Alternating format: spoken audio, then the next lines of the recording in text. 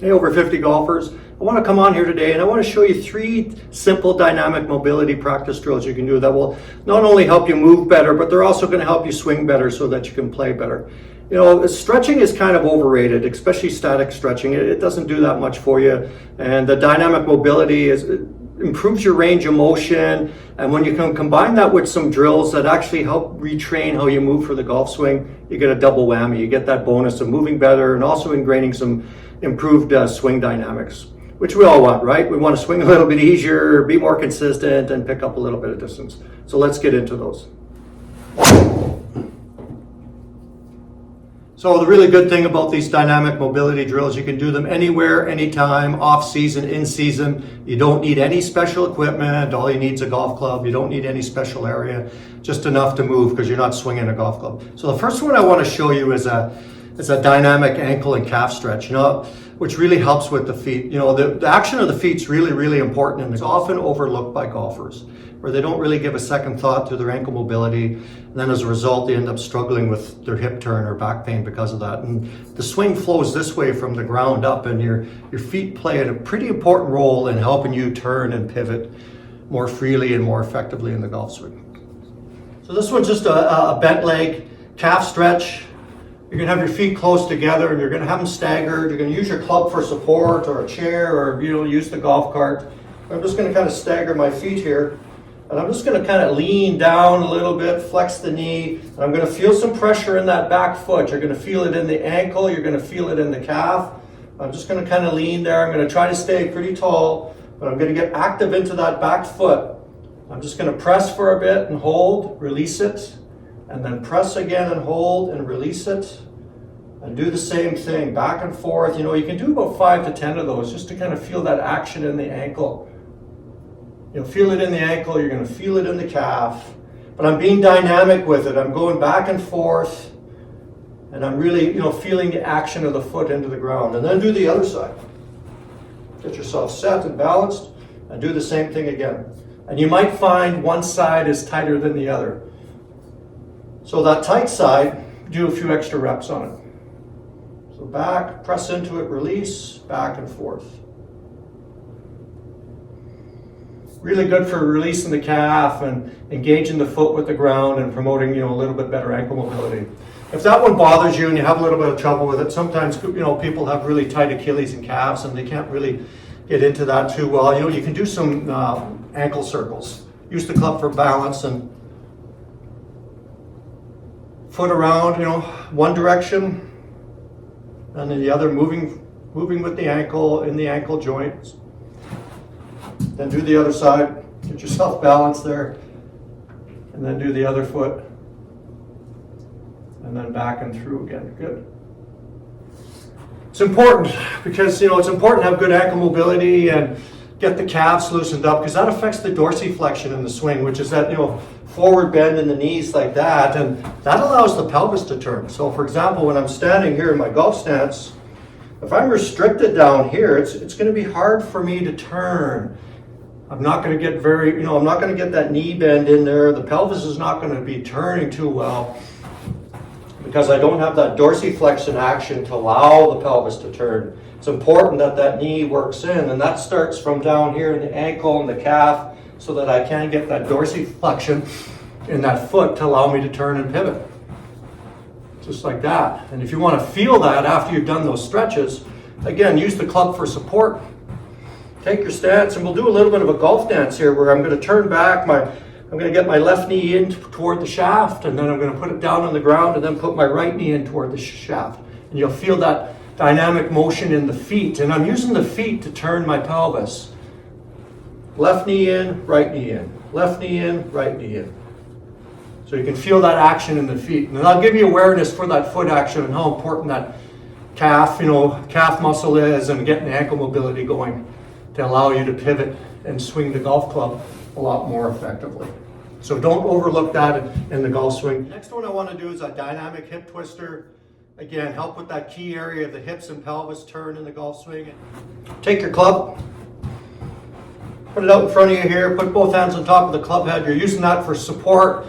And what we want to do here while we're turning is, I'm going to be turning the hips back and forth, swiveling And I'm trying to not move the upper body that much, just kind of stay centered there. Back and through. And again, you're going to see that dynamic action in the feet as I'm doing this. So I'm rotating back, left knee in, rotating through, right knee in, and I'm really feeling that action in the pelvis. And I'm also feeling some dynamic action in my feet as I'm doing this, through the ankles, up into the knees and then the pelvis. So I'm moving that pelvis area without moving the upper body. So it's going to help open up the pelvis and the hips, help improve that hip rotation, that disassociation in the swing between upper and lower body, which is so important for consistency, having a good swing motion, and helping you generate easy power for yourself. Just like that. And do enough of those so that you can kind of feel the engagement from the ground up and you get that pelvis area warmed up. And if that feels good, you can add another little bit to it here. Hold the club up in front of me, and then I'm going to rotate around here. And what I'm trying to do is I'm trying to get my belt buckle forward as much as I can and trying to rotate my pelvis into my lead foot here as I do that. You can see where the right knee is, it's coming forward, this pelvis is opening up. But I'm also getting very dynamic here with my feet. I'm feeling the pressure in my feet. So when I rotate back, I feel a good pressure shift here. I can feel some pressure and weight back here. And then when I come forward, I feel the push from the back foot to the lead foot. I'm going to feel that pressure going down into that foot. And then to turn this pelvis out of the way and the hip out of the way, I'm going to push back. So I'm being very dynamic with the feet here. So again, there's that connection flowing from the ground up. The feet, the ankle, the calf, the knee, and the pelvis. Here, boom. And I'll hold it for a bit. Hold it for a bit. Again, emphasizing that forward rotation to the best of my ability. Again, wake up the feet, wake up the pelvis. Good. And then do the other side. Just like that. Feels pretty good. Get that pelvis action going. And I can feel my whole body coming alive from the ground up as I do this. They really feel good. Open up the pelvis, open up the hips. And the last one targets the upper body, the thoracic area, the rib cage. It's important that we have good chest mobility and have good thoracic mobility, and that's important so that we can load the golf club up. So we start from the bottom up, work up through the chain. So this way I've got this already warmed up and I can feel that mobility there. Now I'm going to work on this. And that's going to help me load the golf club better going back. I'm going to get a good chest turn. Makes it a lot easier to get the club back. I can swing the club back and have good width in the swing. Help support the arms. I can get that nice loaded pattern going back, and then it's a lot easier to have a good change of direction coming back through to strike the golf ball. So I'll take your driver, hands apart, start with the club parallel to the ground.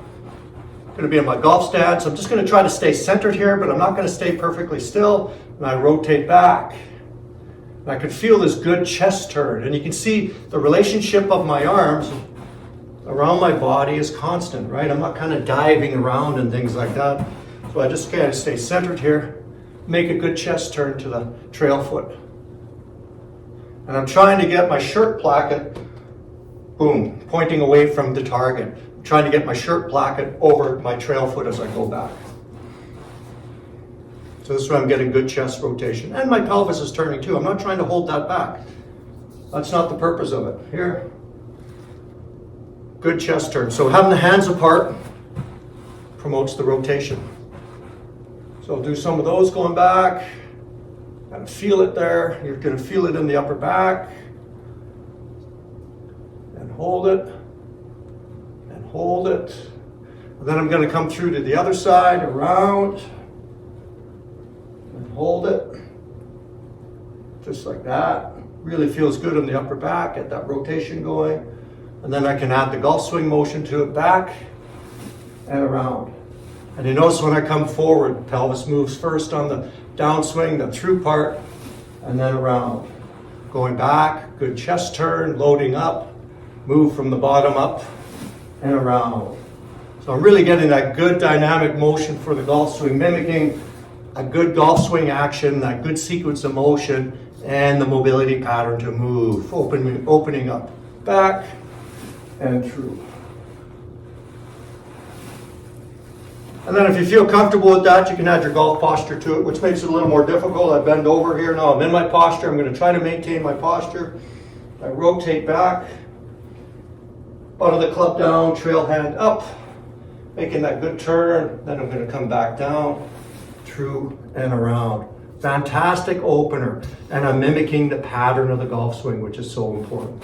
Again, from the side view here. Back, good turn. You can see the separation in the upper and lower body. I got good arm extension, and then down, up and around, mimicking the golf swing action. So not only am I opening up my body, I'm mimicking a good swing pattern at the same time.